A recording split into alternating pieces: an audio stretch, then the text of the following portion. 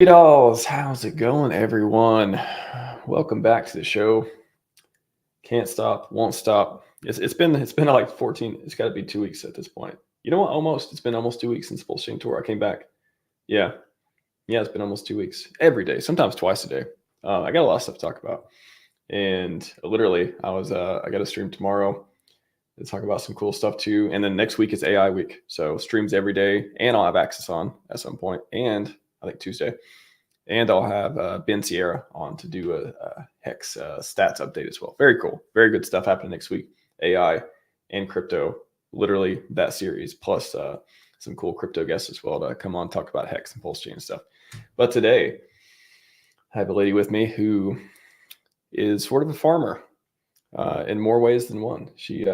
I believe she talked about her experience with farming and doing gardening and stuff in real life, as well as making money on the internet, these magic internet monies that you can make by putting money in and then taking money out through incentive tokens and otherwise. So we're going to keep this yield farming AMA. We got a video to go through, pick apart each step, explain, answer questions. If you have anything, put them in the chat. We'll be talking about PulseX primarily, but a lot of these concepts will translate to a lot of other dexes and stuff as well. So if you want to make money in crypto, yield farming is one of the biggest, most popular ways to do it. And yeah, I did a couple streams before already. Again, if you go to gorealdefi.com, learn to earn, click, it's like the second or third link for farming. That gives you a bunch of the guides and different stuff there. But it's a lot of fun. I mean, some concepts seem like obvious or simple, but even if you don't get it, feel free. It's obvious or simple to someone who's been doing it for a while or is familiar with different interfaces and platforms and Uniswap dexes and stuff like that. But if you're having trouble just getting over the first part of like, what is yield farming? Like, how do I do it? What does it mean? What is impermanent like? Like all this stuff. Ask the questions. If I don't explain everything fully here, which I've explained 100 times on the channel already, maybe I'll just point you to a video to go into longer form concepts and stuff. But as far as like the steps that you need to go through to get to all the stuff, that's what we'll be going over a lot today. So I'll just share the screen real quick while I'm waiting on SJ to give me the signal that she's back. And let's see. So again, to give yourself a primer, and again, feel free to ask whatever questions you want right now, but Go Real DeFi, learn to earn on the middle right hand side, click farming, the one with the carrot on it. I'll take you to the farming playlist. Got 16 videos. This one will be on there as well. I'll be adding it on here, so we'll have 17 soon. A whole bunch of the stuff you can go through on Go Real DeFi as well. So anyways, without further ado, welcome back to the show. A wild SJ. Hello. Good day. Good day. Good hexagons you have in the background. Always love to see the different art and stuff you got going on. So yes. Were those AI generated? No. Not yet. They're real. You can touch them. Wow.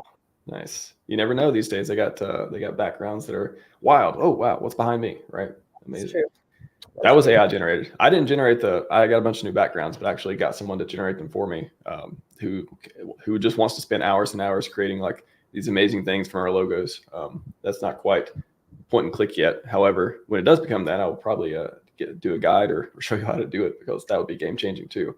But yeah, we were just talking in the green room about AI stuff, and it's next week is going to be great. Hopefully it'll level up the entire community and make us. I really want our community to be like the most effective with AI, and we can do that. We have opportunity to do that. And if that doesn't sound cool to you yet, come to the streams next week. I'm telling you, you will be like, oh, that's cool. Like you'll find something that you want to use and that can help you or 10x you in some way. So it's that's what I'm hoping to achieve next week with AI and with yield farming too. Like what we're talking about today. I've been doing a lot of videos on that. Again, you've been interested. You created some content around it that we're going to look at today as well. And just leveling people up, showing people the tools they can use to decide whether they want to participate in different areas of DeFi. Yield farming is a huge one. Yes. Yeah, absolutely. And it's kind of, I don't know if taboo is the right word, but a lot of people are put off by it or think it's too risky, including, I mean, myself included for a long, long time. I had been encouraged by a few people in the community, especially after Pulse launched, that, just like LP, like you just should do it because, and people can take this with a grain of salt or, however they want to, but I tend to be on the side of in our ecosystem because of the coins and especially where they're at, where everything's at right now, right? Everything got kind of being primed to pump. I do not feel as if I could suffer impermanent loss. That's the big word, like scary phrase that people hear that keeps them away from trying to do this. And on top of that, I was kind of discouraged because it didn't seem like it was something that someone with smaller bags should do. And or at least if you were going to do it, you might not even have enough to do enough to make to make it worth it, to make it worthwhile. But at this point, I was just like, you know what? I really think that if I can, I want to earn ink. And because I just feel, I'm feeling the FOMO. Everyone's got some ink, and all these people that have been providing liquidity for months now, right? They're just stacking all this stuff, and I'm not in a place or a position where I'm able to buy anything right now. So if I can put my money to work for me, which is what attracted me to Hex in the first place and Richard Hart's ecosystem, was, just earning that yield over time. That makes way more sense to me than just having my assets sit there doing nothing. So I think the first thing, and thank you so much, Max, for just like having me here and going over all this, because I saw your tutorial, which is a step-by-step guide. I saw Crypto Coffee doing his explanation, and being someone who had never done it before, I felt like I wanted to kind of bridge a gap because the step-by-step was perfect.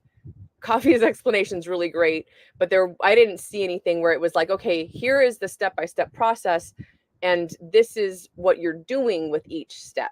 So that's kind of, I reached out to Max so that the two of us could kind of do that today and have that be some content that people can, get to and really digest what it is that it means to farm and provide liquidity.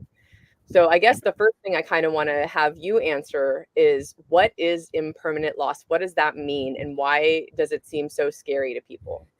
That's a great question. That's also in the chat. I was going to bring it up. You read my mind. It's this thing. I think what you ripped on too about people not being interested in it, because it is this concept, not interested in yield farming because they are afraid of what about impermanent loss? What impermanent loss?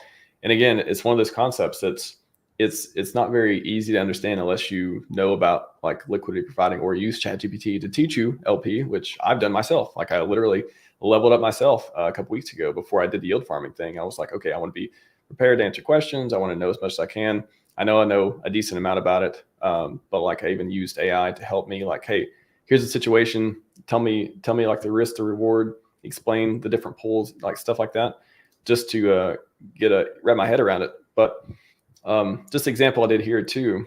Some of these farms, like how could you benefit by understanding and deciding to participate or not? So you can decide not to, but if you do, for example, people are making hundreds or thousands of dollars a day, depending on how much you can put in, the price of the token up and down, how many other people are participating in pools, stuff like that.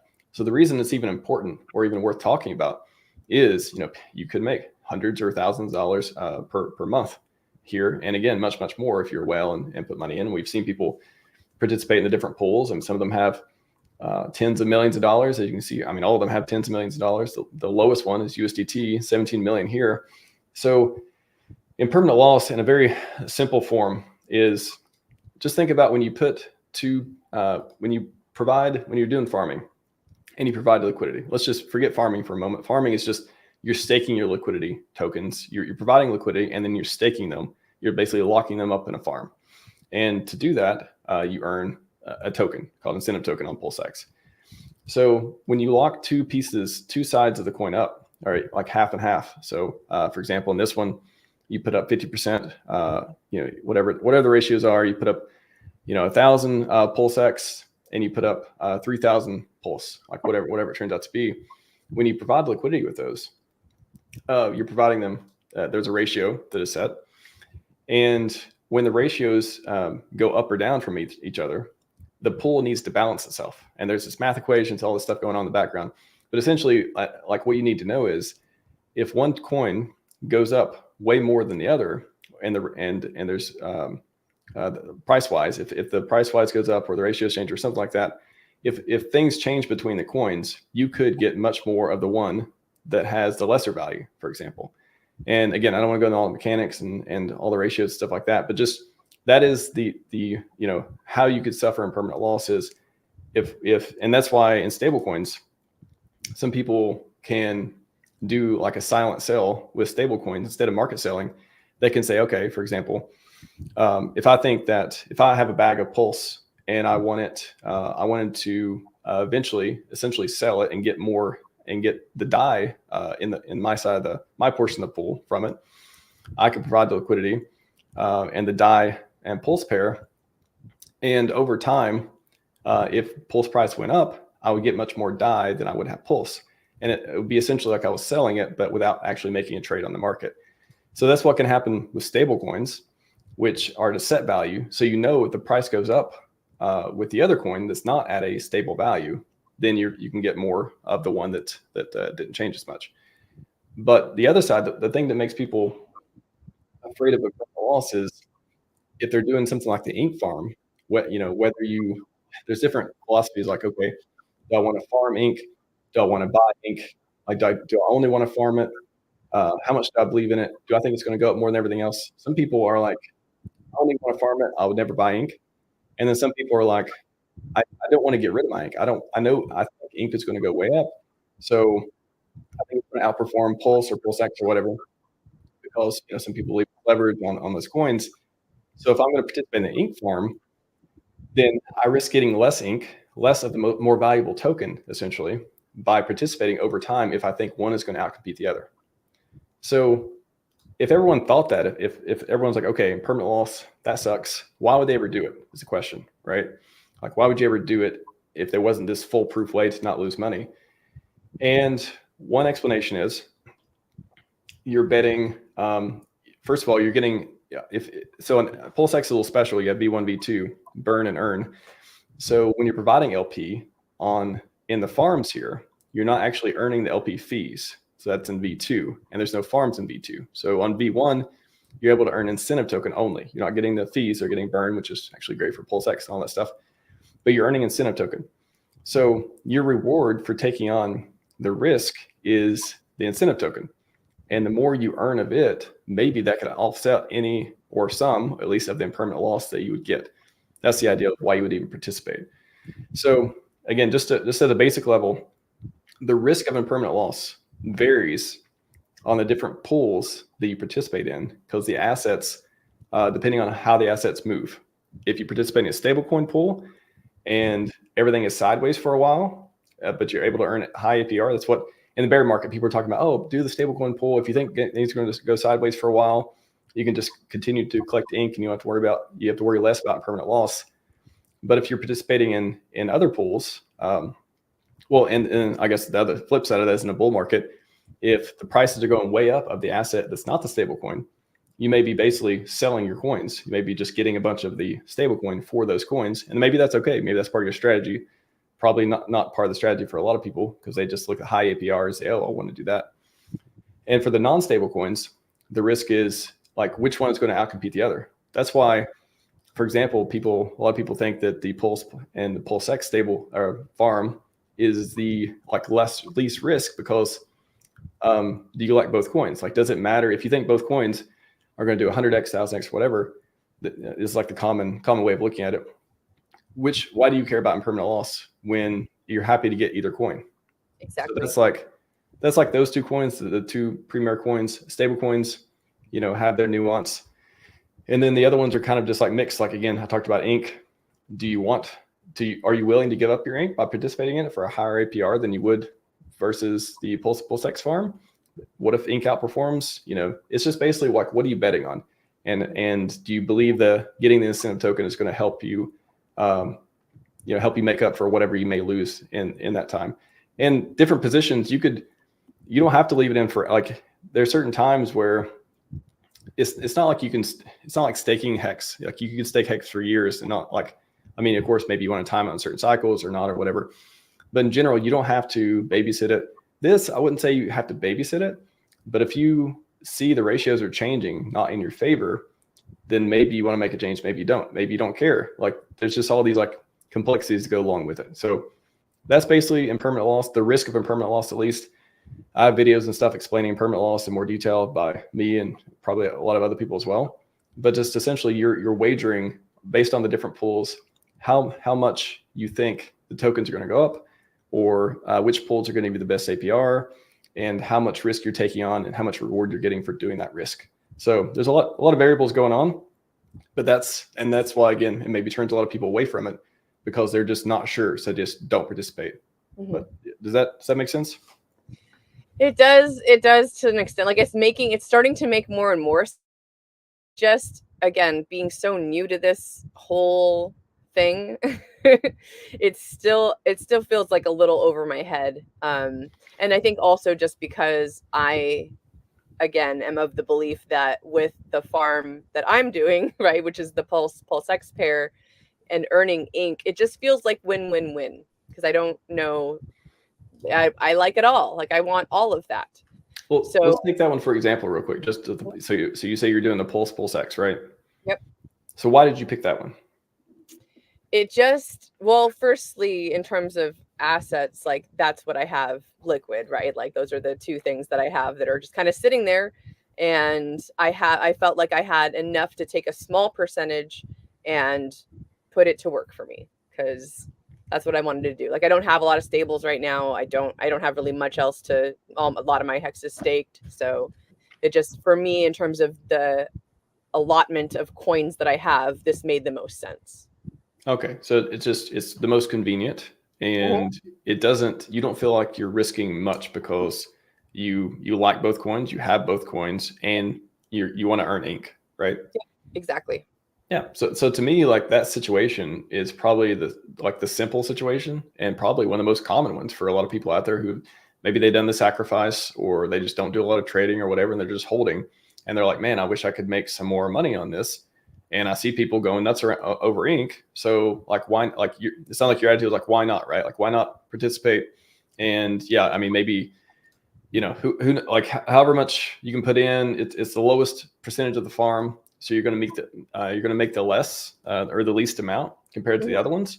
But if you got 1K, yeah, $20 a month. If you got 10K, almost $200 a month. If you got 100K, almost $2,000 a month for doing nothing. And you're earning incentive token for just, putting your money in, again, if you trust the code, you trust the platform, you think it's not going to work. All that stuff is, you usually have to worry more about other products that aren't PulseX and stuff. Right. So it sounds like it just made the most sense to you for that particular pool. And it's the easiest one to understand, right? Like worst case and permanent loss, I get both. So I get either one. I don't care which one I have more of. Yep. Yeah, 100%. Yeah. So I think where people get like, oh, okay, 21%. Yeah, it's maybe they think it's a little low, whatever. Is it worth it? And they're like, okay, well, this one's 115%. Like, what am I actually giving up by participating in this one? And that's why I kind of talk about like, okay, well, literally, I mean, some people will use this pool to get liquidity from their pulse. Like they may set aside, 10, okay, you got 100K worth of pulse. And over this year, you want to take out, you want to set aside 20% of it to just earn incentive token with, and you're okay taking out like 10K worth on the other side once you attain more DAI than you would pulse. Once the pulse goes up so much, you'll have that much more DAI in your position. You'll be able to take it out. That's, again, it's like I call it a silent sell. It's like you're not doing a market trade. You're just getting more of the other side in the pool. So some people may choose to do that, but some people may actually may also accidentally do that. They may be like 115%. I'm making, let's see, if I put in 10K here, I just do 10K. It's just like a easy number to show people, I'm making $1,000 a month by this. Well, at the end though, you're going to lose a lot. Your pulse, the pulse position is going to go way down if pulse goes up. Now, good problem to have, but the point is, if you would have just held that portion of DAI and you would have kept all the pulse. It wouldn't have been, you wouldn't have more DAI at the end. You would have this, the same amount of pulse if you just held it, and you would have got the price appreciation. Now, does ink make up for that? I don't know. Hopefully, ink goes up enough to make that be a good problem or not that relevant. And if you were making LP fees, it would be even less of a problem, but we don't do that on PulseX for V1. So that's the question, is like, I guess the thing there is, don't get yourself in trouble looking at the high APR when you may be giving away a lot of coins that you don't want to give away. Or if you're using advanced strategies and tactics and stuff, know what you're doing, you may want to do that. You may set aside a part of your bag to do that specifically. So you don't need to dump on everyone else later on, that sort of thing. I'm so glad that you said that, because that was actually going to be my next question. Because looking at that APR, right, I thought, well, what if I convert some of my Pulse or PulseX into DAI, because the APR is higher? Like, would it then make more? So you just explained exactly what you read my mind, Max. Like, so that's a great explanation of really, how these different games can be played, and the risk that you are going to take on. Like, so yeah, well done. Yeah, and like I said, I'm not like, I don't consider myself the yield farming guy. Like I'm not like I'm not like the LP guy. There's plenty of people I talk to over time. You have the yield farming playlist, but if you type in impermanent loss, for example, you're going to get better explanations from other people who've talked about on my channel. Well, I never can spell the word impermanent. I swear to you. Not impairment. Impermanent. It's always this weird word that evades me. Okay. I've got a few words like that in my vocabulary. It's so funny every time. So yeah, even 9 months ago, let's see who I was talking to, Neil. Yeah, so Neil for T-Shares, sure, he did a good explanation. Yeah, plenty of people. I had Stoic and I had Sam Stolled on a while back, and they did a bunch of like different visualizations, which was really cool. So yeah, I'll just put this in the chat. RHMax impermanent loss. If you still feel like you don't get it, which maybe you didn't, because again, I'm not the pro at explaining it, but I'm trying to give you like the ideal. You don't really need to know the technicals behind how it works to participate. You just need to know how it's going to affect you if you do participate. Like what is the risk of you not getting what you want? And if you want to hang on to your pulse, then participating in the stablecoin may not be the right option, because you're explicitly saying, I'm okay with a high APR, and I'm okay if the price goes way up with Pulse, which, yeah, fingers crossed, that's what we all want. But if you're providing liquidity, that's the other side of it. You get a bunch of the DAI if the things go up like that. Mm-hmm. Yep, 100%. Well, do you want to go through this little step-by-step video and see what questions may arise here? Let's do it. Okay, great. Because I just really, like I said, I'd asked Max to do this with me so we could have something for noobs like myself. Because again, that was explained very well. I still don't feel like I grasp it completely, but I feel like the more we do and the more I learn, especially with this step-by-step process, it'll kind of start to sink in a little bit better. Well, the concept itself, it's one of those things where unless you really do a deep dive and look at the math or look at the look at the different the way you look, like, you really do need to study and understand the mechanics of how LP works to really understand what's going on. Mm-hmm. But I don't think anyone needs to know that in order to know where to participate. Like, I guess the point is, like, don't feel like you need to actually know what is happening. Like, don't think in your mind like you can just see the coins flowing back and forth like you can most things, and just like, oh, I understand the ratios of these. Like, don't think you have to know that in order to feel confident enough to be like, okay, I know what the risks are. The risks are what you use to determine whether you make a decision. The mechanics are just, are good to know. Maybe you can do some more advanced stuff. You can figure better stuff out if you know them. But the only thing you need to know in order to make decisions based upon yield farms is it's the risk. Like, what is the risk depending on what your bag is. So if you grasp that part, that's the most important thing. Excellent. All right, so I'm going to click play here, and I'm going to just kind of pause it every time I feel like I didn't exactly know what I was doing. And just for reference, I did this step-by-step process based off of Max's video that he's already done. The biggest difference is that I used an internet money wallet. So you're going to see internet money utilized back and forth here. And of course, I used Max's site, went to gorealdefi.com to get where I'm going. Let me see. Hold on. This is. Shout out to gorealdefi.com. What an awesome site. I think so. I use it every day. I use GoPulse and GoRealDefi. That's what I use every single day, pretty much. Yeah. So here's just the beginning, just the basic. I'm connecting my wallet. And if you use internet money, just keep in mind that you're going to have to go back and forth in browsers. So it's a different browser. Instead of it popping up like MetaMask would or a Rabby wallet, the internet money wallet is another browser tab. So that kind of threw me off at first because I was just like, why isn't it connecting? What's going on here? So the first thing is you go to the farm, right? And you are looking for, which farm you want to participate in. And then, so right here, what am I doing here? So I chose my farm, and then I'm going to click on this next button right here. And like, what does this even do? Like, I'm now choosing how much, is this where I choose how much Pulse and PulseX I want to provide? Yeah. So this is when you have Pulse and you have PulseX, then you want to provide liquidity. That is the first step. So before you can farm, you got to provide liquidity. You got to get these PLP tokens. So those tokens basically represent like your share, your amount of tokens you have for a farm. And you get those tokens by, and just to highlight too, you're on V1 versus V2. Right. Again, if you're doing farming, do V1. It automatically does that when you click, thankfully, when you do the farms. Yeah. But V1 is burn. It burns LP fees, which is great for PulseX, but not great for liquidity providing. If you're doing any, God, what's the simple way to explain this? If you're doing liquidity providing, if you want to do farming, all the farms are in V1. So, but you're not going to get LP fees like you would traditionally.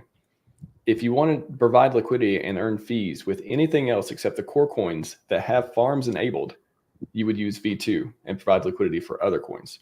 So I think that was a big question for me, was what is the difference between liquidity providing and farming? Because it feels like it's the same thing, but it's not, right? Well, it's kind of like you can't farm without liquidity providing. Think about it like that. Think about there's this platform that has all these tokens, Pulse, PulseX, Hex, and all this stuff. And the people who run the platform, they're like, hey, we want a lot of liquidity for these coins. We like these 5 different coins, 4 different coins, whatever. We want people to provide, we want to incentivize them to provide liquidity. Okay. So how do we do that? We got to give them something. We got to give them something extra, or give them something in this case. So in V1, all the LP fees are burned. In V2, there are no farms, but you earn LP fees. So the people who want you to provide liquidity for Pulse, PulseX, Hex, stable coins, all the stuff they think make the system, the most powerful, the most usable, locks up the lowest TVL. They're basically they have a button. They think about it like they have a button they click, and they're like, okay, we want for Pulse and PulseX, we want to give people an extra token for providing liquidity on these. Boom, enable farm. For stablecoin and Pulse, we want more liquidity there. Click, you get a farm too. And then click, you go down the stablecoins, go down the Hex and Pulse pairs, all that stuff, incentive token. So they're basically just saying, we want to make sure there is super, super thick liquidity in these pairs. And we have a platform that will give people a token if they provide liquidity, but then all they have to, it's basically like, it's I guess the question would be like, well, why isn't there a button you click and it just makes farming happen? Why do you got to do liquidity first and then farming? Maybe there will be like this one contract that does everything one day, and there probably is somewhere out there. So that maybe slows things down on understanding too. But basically, in order to do farming, you're just providing liquidity, and then you're saying, hey, I'm providing liquidity in this special pair. Enable farm for my special pair, enable farming. Give me tick the farming box for this pair for what I'm putting in, because I want to get rewarded with ink. So you can totally provide liquidity on V1 for Pulse and PulseX and not click farming and just not get rewarded anything. Interesting. And just, you can do that, but that's why it's very important. If you're going to be providing liquidity for a pair that is incentivized with farming, you got to follow the next step, which is, hey, I'm farming. Make sure you pay me for farming. Okay, and so now I'm going to take it a step back a little bit further for the whole explain like I'm 5 part of it. So liquidity providing, period, right? Like, from what I understand, and this is going to be super basic, maybe not the right way to say it, but when you provide liquidity, like the coin, any asset having liquidity gives it the ability, more of the ability, or the ability to be traded, like to be bought and sold. Like, am I touching it? Yeah. So the concept of liquidity is you have, you're providing pools. There's all these different, V1, V2, V3, V4, all this stuff. But essentially, at the end of the day, it is enabling people to trade tokens. So market makers is a term for like centralized exchanges and stuff, but basically people or entities put up, assets. They put up Pulse, they put up PulseX, whatever. And then they put that up in order to earn fees or earn incentive token, for example, on the farms. So in order to have a market, you have to have liquidity. So people can make trades. So they put up those things and they say, on V2, for example, like why are there, how can you trade coins that aren't these core coins that are on the farms? That's because people are liquidity providing on V2. So they're putting up coins. So other people who have those coins can trade back and forth and get what they want. And they're getting rewarded with the fees, or on V1, they're getting rewarded with ink. So they're just contributing to a market. Okay. So that helps. That clarifies a little bit. makes sense. So, and this is something that I, has been a little bit over my head, but I've seen people arguing about or talking about.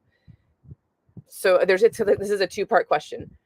The farms that exist, right? Or maybe it's liquidity pools. So help me figure out if I'm saying that right? Like, the fact that there is Pulse and PulseX, and then the fact that there is DAI and Pulse, or then, whatever the pairs are, who decides which pairs get to be there? And are those pairings the same on each version? And then kind of like why or why not? Because it sounded like something you just said made it seem to me like maybe they're not the same, and maybe people on V2 can do more than people on V1 in terms of pairing things.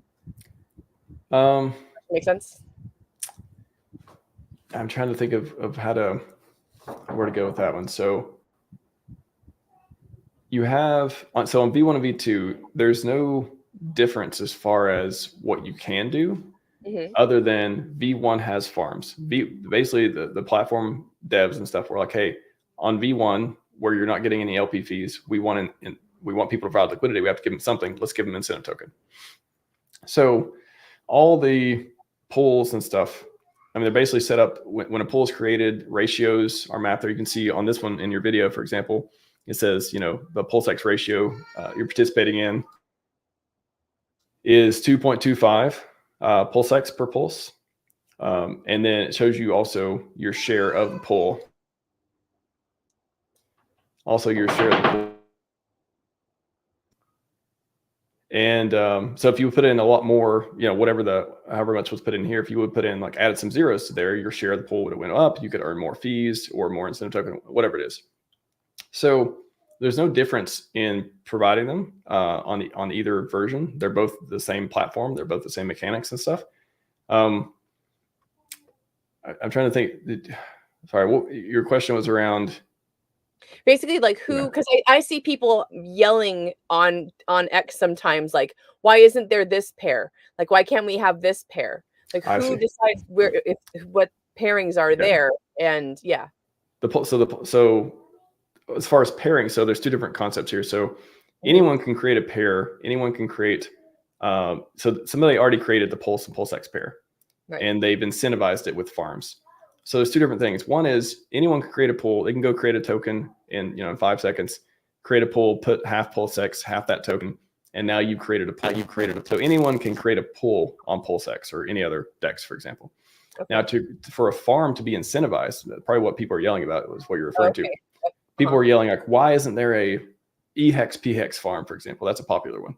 Gotcha. And there used to be. It got rugged, like this, like people say now. But I mean, and you can speculate why it got removed, because you can add and remove, you can incentivize, de-incentivize farms and stuff. Mm-hmm. And a lot of people say, okay, because it was cannibalizing hex staking, because you could make ink and people were doing that. So maybe that was taken away. No matter the case, farms can be added and removed based on who owns the platform. So you could say in this, the PulseX devs, they can be like one day, hey, we want to make a, maybe E-hex PX farm. Like they could add it again. They could make a wrap Bitcoin. We used to have a wrap Bitcoin and Pulse farm, I think. They could add that farm back. It's just whatever they feel like they want to support with a token to incentivize more people to participate, provide liquidity, put up their money in order to earn it. That's who decides. Whoever has admin key to PulseX, who can add, remove farms. Okay. That's awesome. That helps a lot. So I'm going to continue. I'm going to press play here. So this is like we were saying, so this is me just approving that PulseX can transact with that the PulseX dApp can transact with my assets of Pulse and PulseX, right? And basically, like through this process here that I'm doing, I'm providing liquidity, right? At this point. You are, so you're getting your LP tokens. So when you do supply, it's going to give you in your wallet, or if you add it to your wallet or whatever, you're going to have tokens in your wallet called some amount of PLP tokens. And those map to a liquidity position, or they map to a percentage of a pool that you have. Mm-hmm. And so when you remove liquidity one day, for example, your percentage of the pool plus whatever fees you have. So as the pool, when a pool is created, mm-hmm. eventually, like in a V2, V3 is different, but in V2, which is what PulseX is, the fees are added to the pool. So your percentage stays the same, but the pool grows over time because the LP fees are added to it. So when you're supplying liquidity, which is what you're doing with this button, with the transaction, you're supplying liquidity. You're taking your tokens and giving them to the contract, and the contract is providing you PLP tokens, which is representing your position in the pool. Interesting. And when you take them out, when you stop farming, stop providing liquidity, well, if you stop farming, you're still going to have there's no fees being accumulated, so they're being burned. So your position doesn't grow there, but you're in ink. But on V2, if you were to do that, and over time the pool grows, there's more fees, you have the percentage. When you pull them out, you would have more tokens on one side or the other, because all the fees will be added in. So it's not a static position. When you provide liquidity outside of farming, when you provide liquidity, it's not like you get in, you put a certain amount in, and then you get 1% back. It's not like this fixed deal. It is the pool grows, and then you have a percentage of that pool, and however big it grows, you get a bigger percentage of those tokens when you pull them out. In the V2, in the V1, when you pull the tokens out, you may have a different rate, may have a different number of tokens on each, because of the impermanent loss of the ratios changing, or the prices are going up and down. That mechanic, you may have a different number of tokens pulling them out, but you'll have the ink that's supposed to offset that. So it's all basically like again, DeFi is supposed to give you something to make it worth it to not get, like, in a centralized place, you would have, like, again, a centralized exchange, you earn the exchange earns a percentage of each transaction, right?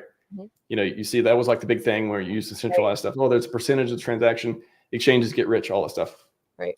In DeFi, the concept is, there is no middleman. There is no person who's distributing all these fees to everyone, all the market makers. Everyone can be a market maker, or everyone can provide liquidity, but there is this risk of impermanent loss and stuff. So we have to give them something in order for them to do that. Otherwise, people aren't just going to lose money. They're just not going to participate out of the goodness of their heart. You got to give them something of value in return. And that's where incentive tokens come in, and LP fees come in. There's got to be something to incentivize people, either fees or tokens, to provide liquidity. That's like a foundational thing in DeFi. Nice. That's like as someone who's just understanding all this, that's super bullish. Like that just sounds awesome. Yeah, like especially considering it makes it work. Yeah, like taking it away from the middleman and bringing it back to the people. That's the whole point. Yep. I love it. All right, so Decentralization. let us continue. It says 6 minutes, but it's only like a 3.5 minute long video. So this is where you see my mini bags. Confirming. Ding, ding, ding. This was pretty seamless. This whole process did not take very long, and again, thanks to Max's video, I felt pretty confident I was clicking the right buttons. So that's where, so now I've added liquidity. And then I think I had to go back to the farm. And then what do we do here? So, okay, so I just provided liquidity, right? And so I could have just stayed there, right? And like not done anything and then just like let my money be a part of the system, right? But why would you do that when exactly? Yeah. So that's an important piece. You must click enable and you must continue with the process. If you don't, you will just be getting impermanent loss and you'll be earning no fees, no incentive token. So everyone following this process, you must continue and say, I want to be a farmer. Click those buttons, make sure, follow the steps. Because if you don't, at that point, you're not even earning fees. You would be on V2, but this is V1. So you're not earning fees. You're only earning incentive token only if you go the extra step and become the farmer. Click the farmer button. So that's enable and then stake LP. So 2 buttons, 1 enable, 2 stake LP. And staking LP is taking, like you said, the PLP token, basically, which is just, to me, that sounds like it's kind of like an imaginary token, right? Because that has no value, or the value is my position.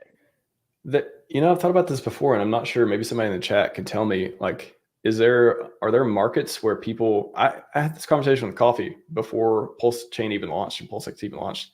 We were talking about PLP when I first discovered it and was like deep diving into it. And I was like, is it going to be like, can people trade PLP? Is it going to be like a liquidity pool for PLP and Pulse or anything else? And, we didn't know much about it at the time, but I feel like I've heard of platforms or techniques or otherwise strategies where PLP tokens or derivatives, I think maybe, I guess the official way to do stuff like this, like a revenue sharing token is, I guess, with Fame or I think with the Fame token, like one of those, basically it grows. It's like an index of like different coins or something, and it grows based on how many fees are made on the platform. That sort of deal. Maybe that's analogous. But anyways, I think the PLP token, I don't know. Chat, let me know. Like, do people trade it? Because it is a token. So like, why couldn't there be a liquidity pool? I don't know. Yes, it's fungible. I don't know. I haven't checked much into it, but it feels like maybe there is some kind of like platform or strategy that could be around that, but it's not the normal thing you do with it. Okay. Yeah. So So on PHUX exchange, LP tokens are part. Yeah, I thought so. I thought there was other ways of using this. So like there are some ways that are actually, it is meant to be used that way in certain platforms and stuff. I think that is the thing. All right, and that's a whole other beast. Woo. All right, so let's continue. So here is where we stake the LP tokens. And why would you do max? I mean, that's what you did. Is there any reason to do a different percentage? Good question. So usually I don't mess, if I'm just adding tokens to farm, I don't think I've ever not clicked max, because my entire reason for creating PLP tokens was to add them to a farm. So it's like, however, what percentage of your LP position are you farming with? Is that what this is doing right now? I mean, like, why wouldn't you hit max when you're adding them to there, unless you're doing some advanced thing? But the only time I don't hit max in this context is when I'm removing them, because sometimes so when you hit remove a position, when you want to stop farming, you can just unstake a certain percentage. So this is staking. If you want to unstake, which is remove some from the farm, then you can click 25%, 50%, or manually edit it and just take out, say you're farming and you're like, oh man, I want to go, do this other thing. I want to take some out, but I don't want to take everything out. You could just take out 5%, 10%, whatever, and unstake only a certain percentage and do that instead of unstaking everything. So that's the only other time I've not did max, is when I'm unstaking But when I'm staking, there's no reason to. I've never seen no reason not to do max, because I just created these tokens for that position. But later on, maybe I just want to take out a certain percentage. Got you. All right, so we click max. Boop. Confirm transaction. And again, if you are using Internet Money Wallet, you can't really see it, but I'm going back and forth in browser tabs to get there. Wait a moment for this to confirm. I am staked. That is beautiful and wonderful. But wait, there's more. But you're not done. So what do we need? Oh wait, is that it? That is it. That's it. You're done. I did it. Yeah. Yay! Yeah, and then you farming. And I didn't go into you show harvesting the ink, but I mean, my position's so small that it's just fractions, that I'm getting. So I'm not gonna be harvesting much. The other thing that I do want to know how to do, and you probably may have a video on this already, or maybe not, maybe you can make one, is I would like to add to my LP position, right? Like I want to put more in this farm because I want to earn more ink.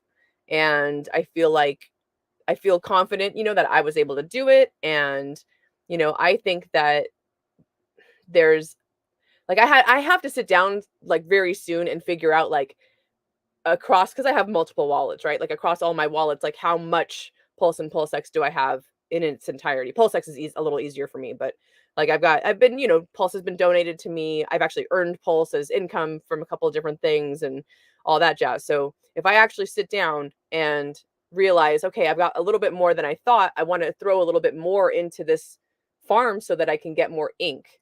How does that process work? So you just want to add more, like say you have more Pulse or PulseX, or you come across it, or you somehow have more that you're like, oh, I just want to do a little bit now. I want to do more after I've tested it out, and you want to add more to the farm.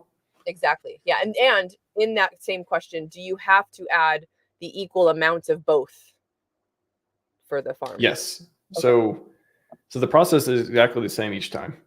Okay. Maybe you don't have to enable farm again. Maybe there's one less click or something, but if you used it before, but essentially you just do the same thing. You just go back to the same page, you create the same LP tokens, you add them to the same farm. Only caveat is when you do that, it will automatically harvest your ink. Mm-hmm. So just be aware. I mean, not that it may or may not be a problem. You may or may not want to do that for whatever reason, but whatever ink you have, once you add to the farm or remove it, it will put that in your wallet. So now you'll have that amount of ink, which is funny when you're participating in the ink farms, for example, where if you own a compound, and I was going to show people how to use ChatGPT to, if you don't want to watch the videos, you can just use your AI to explain permanent loss with examples too, with ratios and stuff. But if you're doing the ink farm, which is an interesting farm because it's kind of middle of the road with APR, but it's ink. But what's cool about it is you're earning ink. So you're earning ink from the ink farm, and you're earning ink from all the other farms. So if you were, for example, participating in the PulseX farm, and you earned, let's say you earned 10 ink from that, you could take that 10 ink, pair it with the same amount of Pulse, so 50% on each side. It's always got to be 50-50 on Uniswap V2, and you could participate in the ink farm and start earning more ink. And then another strategy is no matter what farm you're participating in, if you're participating in another one, or you're only doing ink farm, you actually buy it or whatever, and you participate. Then every time, every week or every month or whatever cadence, for example, some people will just harvest, get the ink they earn, and then go buy. So buy pressure on Pulse and PulseX, or if they just already have some, they can just pair it with it, and then keep compounding, keep adding more ink. Whatever ink they earn, take that, pair it with the equal amount of Pulse or PulseX, and then add that to the farm, and do that over and over and over. And you're compounding, you're earning ink, you're accumulating, and you're forming a bigger position in the farm so you can earn more ink too. So that's another interesting play too on the ink farms, that you can compound ink over time. That's very cool. That's very exciting, because now that I'm actually earning ink, right? I have the opportunity to do that eventually, right? It's going to take me a little while to stack up what I've got, but that's part of why, I asked, how do I add more? Because I'm seeing, these little fractions of ink coming into my wallet, and that's awesome. Like I want to do a little bit more of that. And I feel like, again, like as long as I understand, and this is something that I want to stress to people who are considering doing this, right? Like take the time, and this is kind of I'm trying to take my own advice here, right? Take the time to really sit down, look at your assets, right? Find out what it is that you've got. And, this is all preparing for the bull run, right? I've never been through a bull run. I was born in the bear. I've lived in the bear, and I am excited to get out of it someday. And understand, that there's such a possibility of all of the assets that we have doing so many different X's, right? Where is it that I'm going to feel comfortable or feel like, I've got enough that I can pull out some, right, to have as income or to have as, fun money or whatever it is that I want. And then how much of that also do I want to pull out and continue putting into these farms to have them keep working for me, right? Because to me, from what I understand, this is a long-term play, really. Like liquidity providing is something. And, I kind of kick myself, right, that I did not get this going sooner, because it really seems like during the bear market, this would have been one of the best things to do, right? Because you're getting that passive income. Yeah, that is the farm whisperers. That's what we've been talking about for a long time, is like, especially when ink was up so much. Ink was, when it was 35, $50, I'm looking around, I'm like, does no one else see this? Like, this is fucking easy money. Like, what's going on? Like, why is no one else doing this? Is it literally just because they don't understand, or like what's going on? And at the time I was like, I was doing a bunch of yield farming stuff. I was like, and PulseX was my first introduction to yield farming. I never did it before on any of the platforms that I remember. But it just, especially when the ink price was high, it made so much sense. And then ink price went down, and then everyone's like, oh, see, it was the dump forever token. See? And it's like, I think there's something here. I think there's something more here. And of course, it went down. It went up more than anything else. It went down more than anything else. And then it went up again more than anything else. And that's what contributes to the APR. Like, it has to be valuable. Like the platform, it needs to be valuable, or else people won't farm. And if people won't farm, they're not going to come to the platform. Probably like that's like a number one thing to come to the platform, other than trading. There's like better places just for trading, more aggregators that give you better deals on trades. People come to PulseX for yield. Like, they come here for the farming. They come here for, create pools and stuff like that. So, real quick, yeah, I see Ghost, right? And then I saw Mike. That's also my answer to you, Ghost. Like, I was on the fence about it, right? And I had, especially Whale's Only one, he'd been shouting from the rooftops about it, like, since PulseX launched, and I didn't listen. And now, again, I'm kicking myself in the butt because I am only earning fractions of ink, but they add up, right? Like, I think I've got like maybe a couple in there now, right? And it's been a couple weeks. So as you continue to go, and just like we were talking about, right? One day, hopefully in the future, if I've got, 20, 30 ink, and I like, depending on the price and how all this stuff works out, right? But let's say I've got 20 ink just sitting there now that I've earned through my farming. I can take that, I can harvest that ink, and then I can put it to work in another farm. And that's like, it's like magic money. It's magic internet. Our magic internet money is better than their magic internet money. Like, it's beautiful to see that kind of a functioning system. That, I mean, that's all passive income. So well, I think that's the two. Would you agree that's the two biggest questions that people don't have an answer to and stop them from farming? One, do I have enough to make it worth it? Two, am I going to lose my tokens? Like, what is the risk? I cannot evaluate the risk, right? That's like the two biggest things. Absolutely. Yeah. I feel like we definitely answered the risk one. I've answered it in a lot of other videos before, and there's, again, yield farming playlists, all that stuff, with impermanent laws, understanding that. But I think having a not thinking you have enough to even do it to make it worth it. The question I would ask is, what are you losing? Like, and you may be like, again, if you participate in a high APR one, you could lose your pulse. Like, if the pulse price goes up, I mean, good product, like, you don't want to lose. Again, I'm not gonna say what everyone wants to do. People have their own strategies or lack thereof. But for me, unless I explicitly want to trade a portion of my Pulse for a stablecoin, I'm not going to be farming in the stablecoin one when the prices are going crazy. Like when they're going sideways, that's a different story.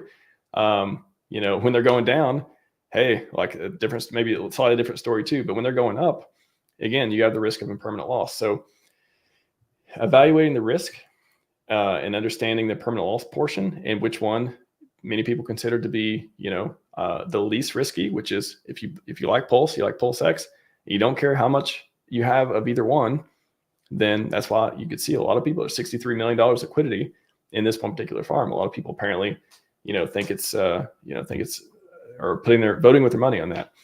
But if you have a small amount, I don't know, like what is it earning 1 ink a week? If you're in a farm where you don't care which one you have more of, does it make a difference? Are you going to think twice of doing it? But only because you're making, at current ink prices, it's like, $10 or let's see, I guess it'd be $5 or $6. Let's say $6 a week. Are you okay making $6 a week? If you're also okay with, you don't care which coin you end up with more of, and you believe the ink price is going to go up, so maybe that $6 a week, maybe it turns into $20 a week one day. I don't know. Yeah. Maybe it becomes less, but it seems like a lot of people think it's going to become more, so maybe it becomes more. I don't know. Like it's obviously a different question if you have $1,000 versus $10,000 versus, and that's what the calculator's for, right? You can see the APR, you can see the multiplier. Not that stuff's really important. The most important thing is how much money you have. For example, I always use 10K for an example. It's just a deal. And 10K in the lowest farm, 20% farm, gets you $40 a month at current rates. And if the ink price goes up, stuff like that could be much more. And if it doesn't, then again, it's passive income. A lot of people look at it as passive income, but you got to be okay with impermanent loss, which, as we talked about, there's different risks based on different pools. And Pulse and PulseX, I don't know, 2 scoops ice cream, 3 scoops ice cream. I like ice cream, so that one seems to be a popular one. And I like the point that Joseph made. And you can always add more and pay nothing thanks to PulseChain, right? And that, I guess that's something that I've never thought about or never thought to ask. So is he saying that if you're on ETH, like this kind of stuff happens on other chains, right? Like, oh yeah, there's yield farming in other chains, and I can't even, like I said, I never did it before PulseChain, so I never even think about it. But yeah, like it is doing on ETH. ETH must suck, because how can you even go in there with $1,000 when it may cost you, $80 in gas fees to click a couple buttons, when in PulseChain it costs you, 10 cents at most, like that kind of thing. So PulseChain literally enables all these scenarios that other blockchains are just, especially, Ethereum, the prime example, it doesn't even make it worth it with smaller amounts, but you can on PulseChain, for example. Brilliant. I love it. Bullish. So bullish. Bullish. Obese Spark Driver. Do you lose token appreciation while farming? Appreciation as in, are you asking if the token prices are locked in based on what they are when you start farming? If that's the case, then no. It doesn't have anything to do with the price. The only thing so I'll frame the question like this. What happens when you put tokens in and then when you take them back out? Like what happens? So you could get different amounts of the tokens that you put in. Again, that's the impermanent loss. And then when you take them out, if you're on B2, if there have been LP fees and stuff like that going on, then your percentage, you would be entitled to a portion of those fees when you take it out, based on the percentage that you put in. Or if you're doing V1 on farming, when you take out your tokens, again, you could get them out different amounts and stuff like that based on the ups and downs. But you'll get the ink. You'll also get the ink token. So that's what happens when you put them in, take them out. That's what occurs. So hopefully that answers the question. And just to, again, on permanent loss, I got videos, I got all this stuff, but again, just simply speaking, get an AI, talk to it about, program it with all the PulseX stuff. I have tweets and stuff talking about how to do that. Right here, literally how to cut.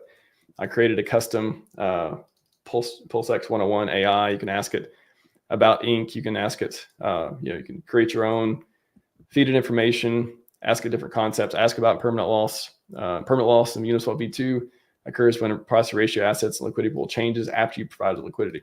This can lead to a scenario where upon withdrawing your liquidity, the dollar value of assets is less than if you just held them outside the pool. So what we talked about is one risk, holding versus providing liquidity. Sometimes it does make sense to provide liquidity.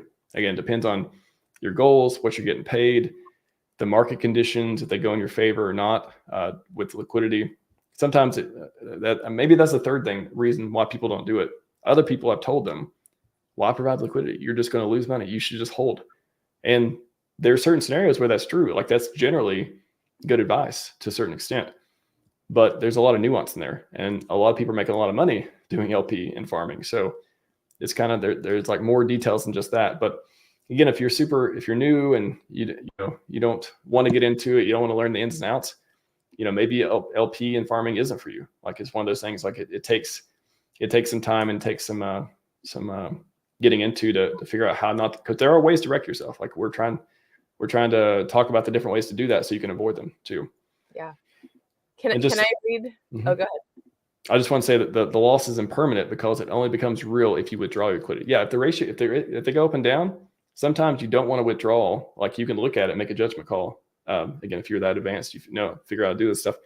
I don't want to withdraw right now because the ratios have changed so much that maybe they'll go back down in a more favorable position later on. So there's things to look out for that too. But again, that's more of an advanced thing too, but something to keep in mind when you're doing LP. So the last couple of sentences you just said kind of transition perfectly into, I'd like to read my explain like I'm 5 ChatGPT impermanent loss. Yes, please. Yes. It's just a couple paragraphs. So, okay. All right. I was like, they broke it down and they're like, break it down further. Imagine you have 10 stickers and 10 marbles, and you put them in a toy treasure chest with your friend who also puts in 10 stickers and 10 marbles. You both agree to swap stickers for marbles with anyone else who wants to trade. Now, let's say suddenly everyone at school wants stickers because they're super cool. So lots of kids start trading their marbles for your stickers from the treasure chest. After a while, you have a lot of marbles, but not many stickers left in the chest. If you take back your stuff from the treasure chest now, so if you withdraw, right, you'll end up with more marbles and fewer stickers than you put in. Since stickers are what everyone wants and they're really special now, it feels like you've lost some of your cool stuff.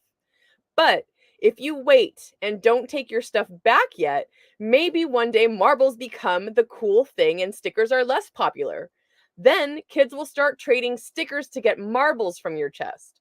If you wait until you have the same number of stickers and marbles as you started with, then you didn't really lose anything. It's like the loss was just pretend and it disappears if you wait for the right time.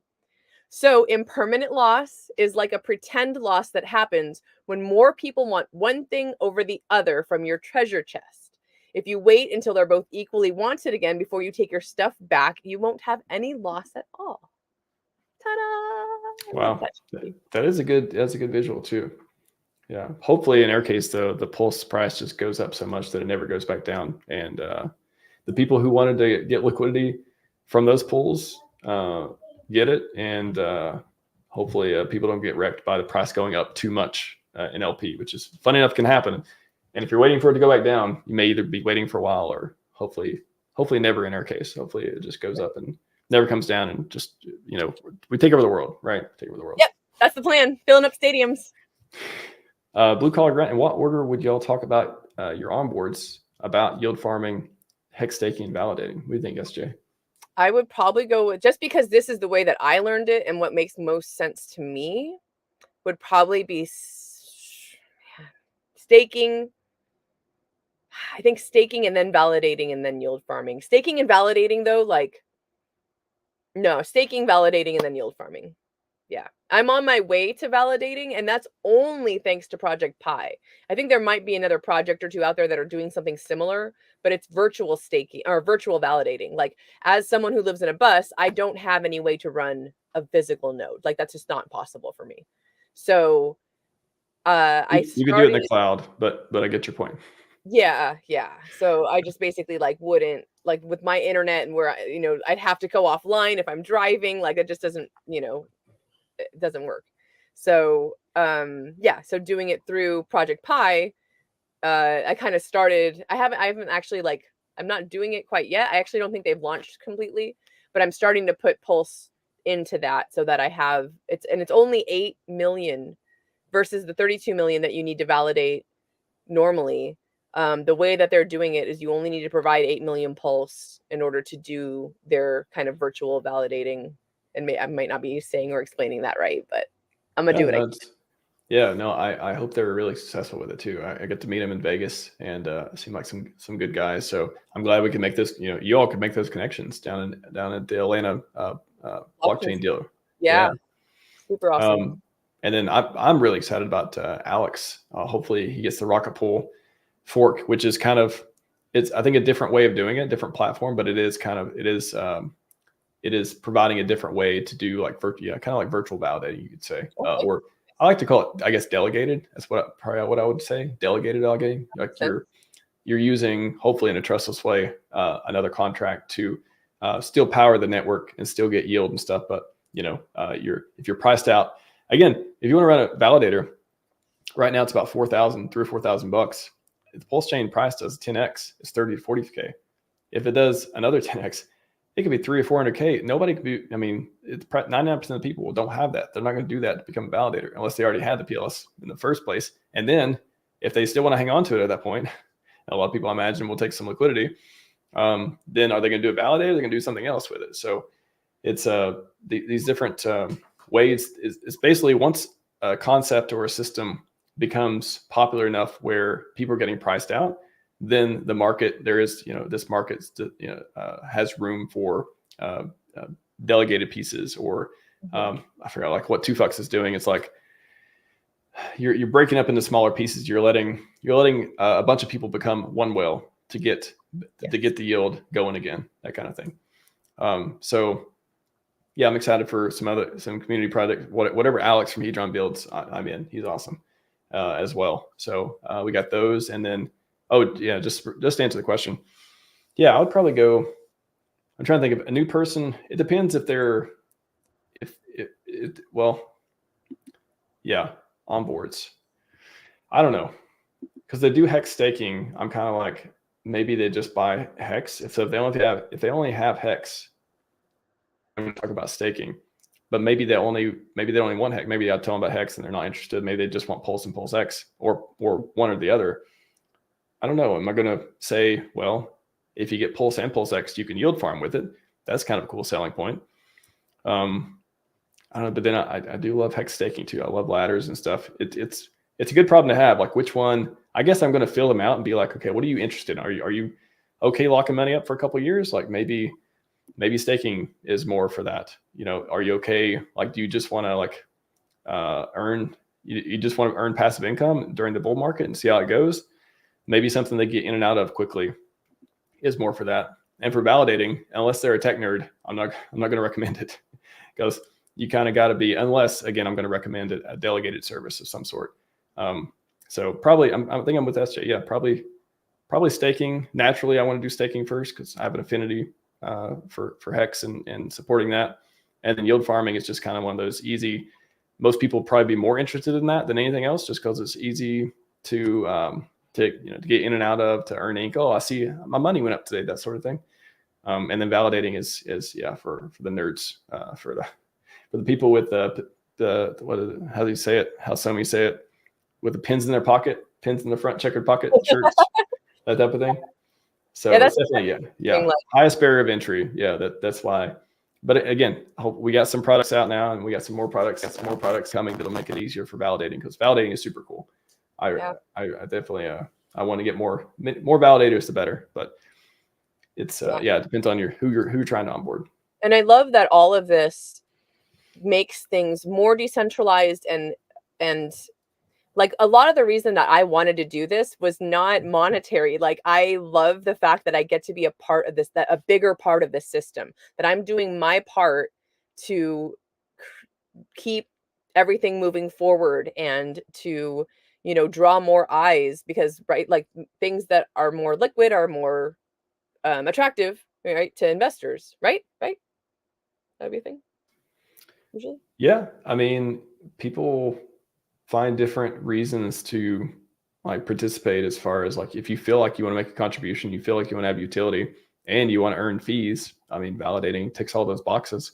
You just got to have like either the background or the will to do a to use a community product to do it in some way.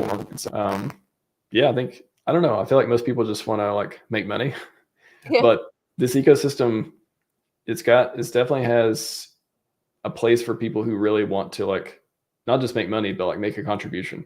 Yes. And I think the essence of validating, the essence of even providing liquidity, even farming, like that's why they're incentivized. The liquidity promise of PulseChain, there's a whole big thing that Richard he keeps talking about. He just made another tweet about LP, and don't doubt the glory type of stuff. So it's very, very important, and yeah, people can make a big difference and make money at the same time in this place. So do you feel like all the questions that you either weren't sure about or you think are holding other people back, or again, there's a lot of different risks and different profiles and stuff going on with yield farming, but I just want to make sure this stream, hopefully we can give people and yourself like just the confidence to be like, okay, I know what I don't know, but I think maybe I know enough to decide whether to participate or not. You think we covered that?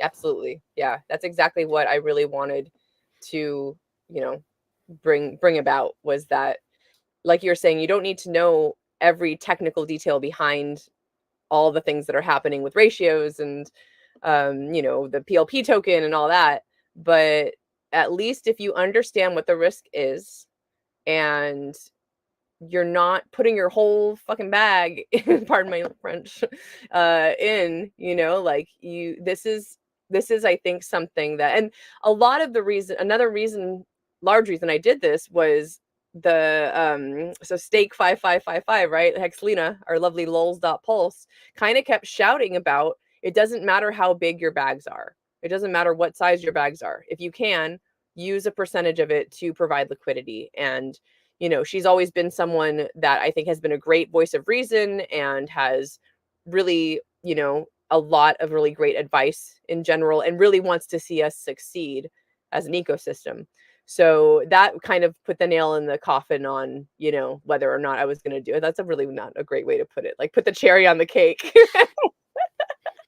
for me wanting to, deciding whether or not I wanted to do it. Because again, like I was saying, it just, I like feeling like I'm more a part of this, and that I am doing my part to further our ecosystem and to bring more eyes to it, and to, and also just like I get ink, right? I get to farm ink. It's fantastic. And I'm loving, right? It's okay. So it's funny because I'm in, I dip my toes in a lot of different little like meme communities and things like that, so it's interesting to me that ink is a meme coin, and it's not like, I think the memes, we need to bring out more of the farm meme with the ink token. I've been trying to do that with these images that I've done, and right, like this AI generated stuff that I'm working on. But I love it. Like, I think that, a meme coin doesn't necessarily have to be like ridiculous, right? Like, it can be something that's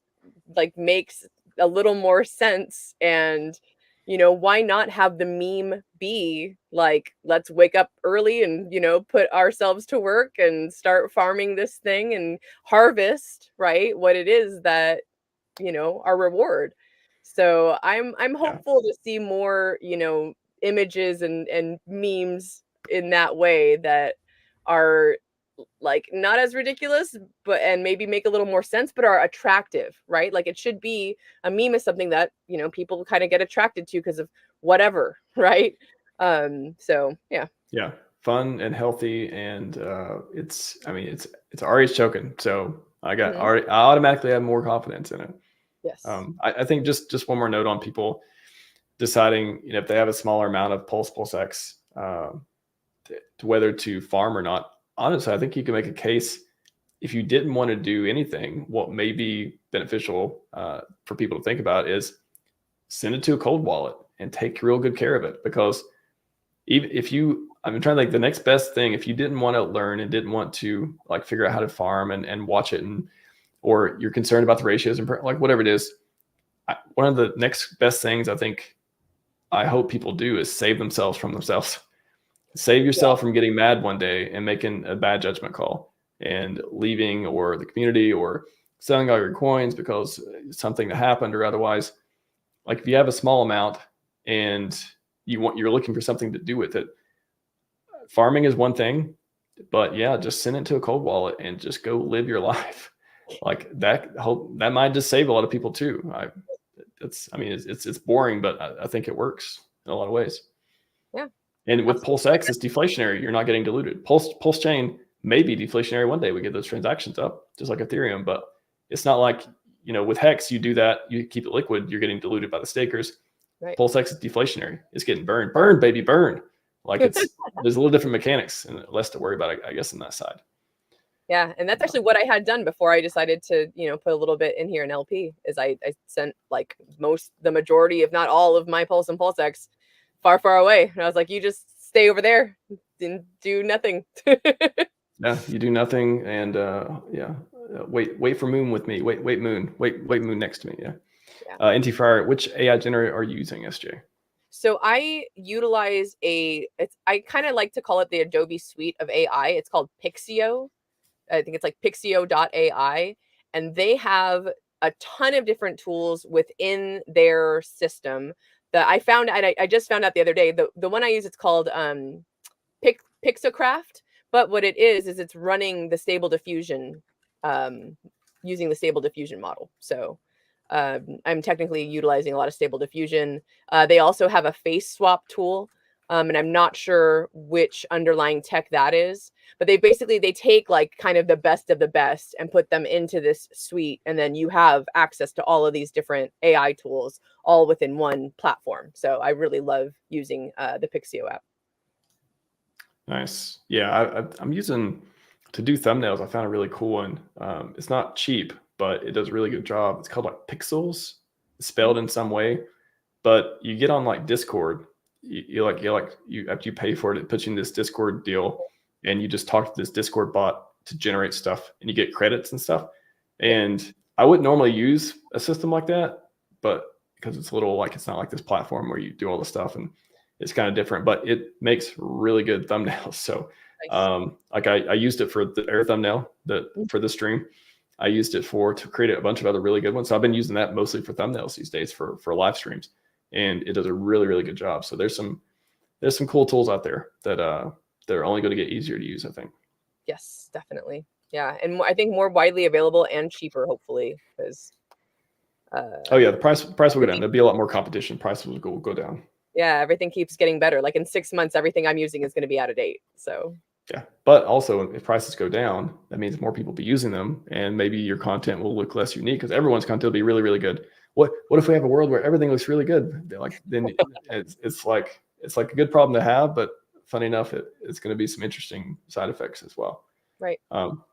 Anyways, excuse me, SJ, wonderful stream as usual. Appreciate you coming on and just like giving this perspective. I love talking to people new to concepts that I'm interested in, because it helps me think of like what people are missing and like how I can best like address them with what I know. So I think it was great to riff with you on this stuff. Yeah, and I like doing this because I know that a lot of people that have been creating content in our ecosystem for a long time feel like they're talking basic, but they're not. Like we gotta break things down further if we're gonna get people that have no clue about any of this into these coins and our ecosystem. So that's what I'm trying to do. Yeah, I hope this video is that, because I know like when we have these conversations, or any conversation, I get a question in the chat, and I'm like, like something that sounds obvious to me because I've been doing it, I've already did it, or maybe I have the background or whatever. It's not obvious to a lot of people, but I don't know that. I'm just talking about it. I'm trying to. I feel like I'm talking at a level that's like everyone can understand, but maybe not. And I'm sure a lot of people, like you said, a lot of streamers and content creators, we're all trying to figure out the best way for us to enjoy making the content. Yep. And it's hard to make the same videos over and over. It's hard to do the 10th yield farming video when nothing has really changed other than the price go up and down or whatever. But that's the work I feel like it's worth putting in order to keep explaining it to new people and keep saying it in different ways that more people can understand. And don't assume that the first way or the first way you explain it is going to be the way that gets everyone to use it. Especially, like I talk a little too nerdy sometimes. But that's me. That's my natural form. So I'm glad to have you to be like, all right, how does this actually work? Oh, okay, I can explain it. So it works well. Excellent. All right, SJ, what do you want to take us out on? What's good, and what are you getting into this weekend? Oh, this weekend? What am I doing this weekend? There's a whole lot of NFT work, to be honest with you. So the PulseChain tour, we have an NFT reward system, and there's another way to put it, loyalty system. Yes.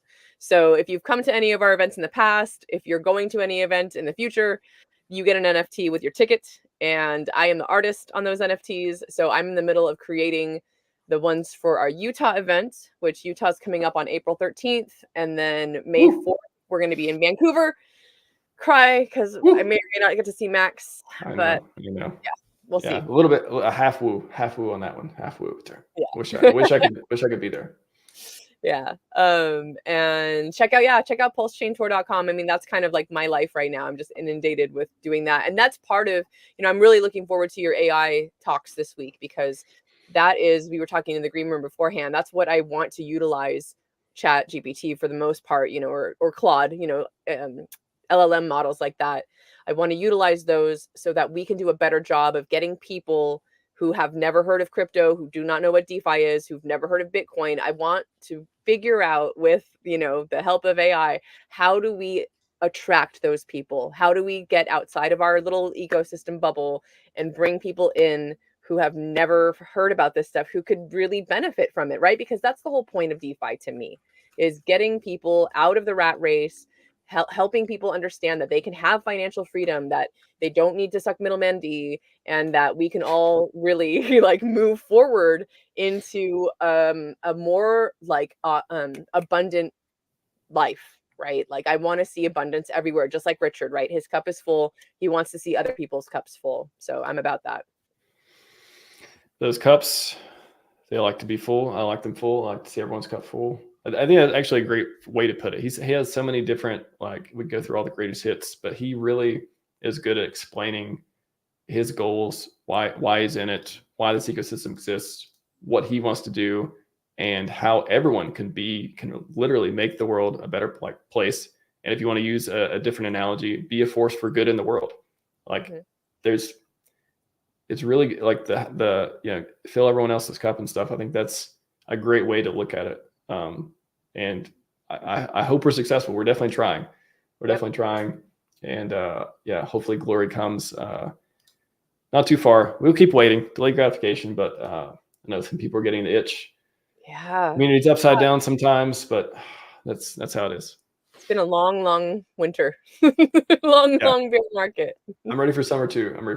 But until then, AI week next week, we're going every single day. I'm probably gonna go for a month. I'm probably gonna go for a month doing streaming every single day, sometimes twice a day.